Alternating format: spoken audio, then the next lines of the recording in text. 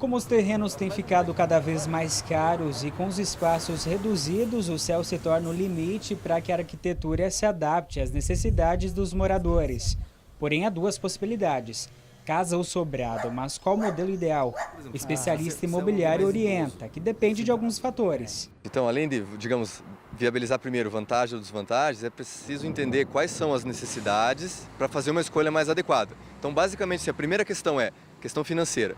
Como é que está teu fluxo? Como é que, para você que não compartilha, por exemplo, de um crédito, né? Então, como é que você vai trabalhar essa maneira financeira?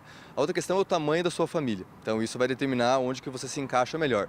E depois, o tamanho do terreno que você goste, a quantidade de pessoas que vão fazer parte dessa nova moradia. Então, basicamente, questão financeira e tamanho desse novo imóvel, né? Mas quais seriam os pontos positivos e negativos para investir em uma casa? A primeira questão é o custo, né? Então a casa, por ser, digamos, um projeto mais simples, ela vai ter um custo de execução menor, consequentemente um tempo de execução menor. Então isso vai refletir no preço dela.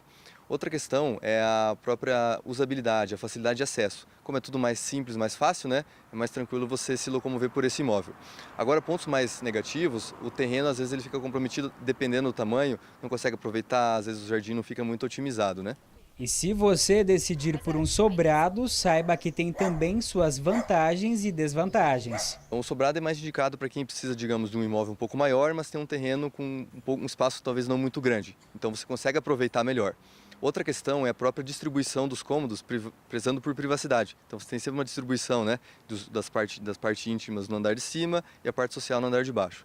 E a questão, digamos, mais negativa seria a acessibilidade. Às vezes um idoso depende de escada, não consegue subir. E a própria questão do custo, né? Então ele tem um custo de execução e um tempo maior, isso reflete no preço. Então, em média, um sobrado custa para a construção uns 10 a 12% a mais, e o preço de venda é em torno de 20% maior de um sobrado do que de uma casa.